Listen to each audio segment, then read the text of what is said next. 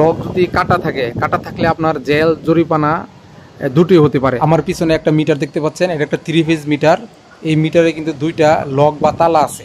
এই দুইটা লক বা তালা যদি কাটা থাকে তাহলে আপনাদের জেল জরিমানা দুটি হতে পারে। 3 ফেজ ডিজিটাল একটা মিটার, এই মিটারের যদি লক কাটা থাকে তাহলে আপনাদের জেল জরিমানা দুটি হতে পারে এবং বড় ধরনের আর্থিক জরিমানা হতে পারে। এখন এই লকটা কোথায় থাকে বা সিলটা কোথায় থাকে দেখেন, এখানে দুইটা সিল আছে।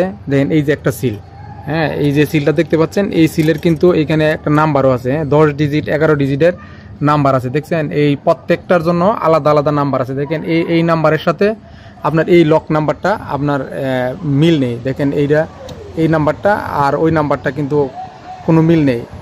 এই নাম্বারটা 30 28 61 64, আর দেখেন এই নাম্বারটা 99 30 80 36। তার মানে একটা লকের সাথে আরেকটা লকের কোনো মিল নেই। কারণ এই প্রত্যেকটা যে লক আছে, এই লক আবার এই মিটার যখন ইস্যু হয় তখন এই লক নাম্বারটাও মিটারের সাথে ইস্যু হয়। মিটারে যে কাগজ হয় এটাকে সিএমও বলে, কনজিউমার মিটার অর্ডার। ওই মিটার অর্ডারের সাথে এই দুইটা লককেই কিন্তু নাম্বার দেওয়া থাকে।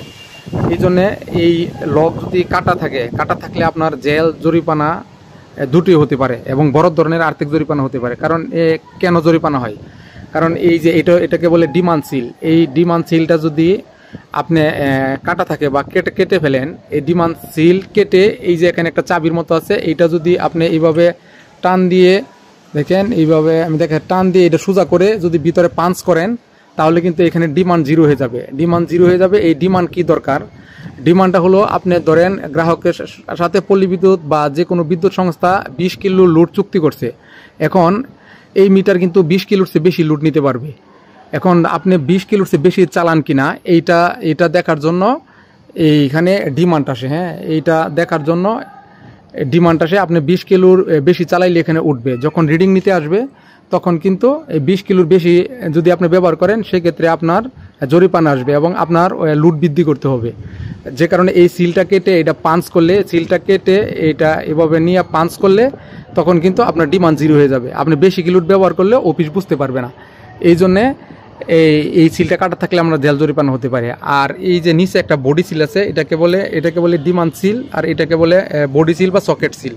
এই সকেট সিল কেটে আপনি বিদ্যুৎ বাইপাস করতে পারবেন, বিদ্যুৎ চুরি করতে পারবেন। এই সকেট সিলটা কেটে ঢাকনাটা খুলে এই মিটারের সোর্স সাইড থেকে, উপরের সাইড থেকে আপনি তার ঢুকিয়ে বিদ্যুৎ ব্যবহার করতে পারবেন। এই বিদ্যুৎ ব্যবহার করলে অফিস বুঝতে পারবে না, কারণ এই মিটারে উঠবে না। আপনি যখন এই সিলটা কেটে দিবেন, এই সিলটা কাটার পর ঢাকনাটা খুলে উপরে যে সোর্স সাইডটা আছে, এই সাইডে 3টা ফেজ আছে, যে কোনো একটা ফেজ থেকে যদি বিদ্যুৎ ব্যবহার করেন সেক্ষেত্রে কিন্তু মিটারে উঠবে না, অফিসও বুঝতে পারবে না। কিন্তু অফিস কখন বুঝবে? যখন এই সিলটা কাটা দেখবে তখন কিন্তু অফিস বুঝবে যে আপনি অবশ্যই কোনো অবৈধ কাজ করার জন্য এই সিলটা কেটেছেন এবং ঢাকনাটা খুলছেন। এই জন্য এই দুইটা সিলই গুরুত্বপূর্ণ। আপনাদের যাদের এরকম 3 ফেজ সংযোগ আছে বা রাইস মিল, সমিল আছে বা বড় বড় ইন্ডাস্ট্রি আছে, তারা দেখবেন এই ডিমান্ড সিল এবং এই সিলটা কাটা আছে কিনা। যদি কাটা থাকে তাহলে দ্রুত সংশ্লিষ্ট অফিসে যোগাযোগ করবেন, যোগাযোগ করে এটা ঠিক করে নেবেন। আর না হলে আপনাদের লক্ষ লক্ষ টাকা জরিমানা আসতে পারে, এমনকি জেলও হতে পারে।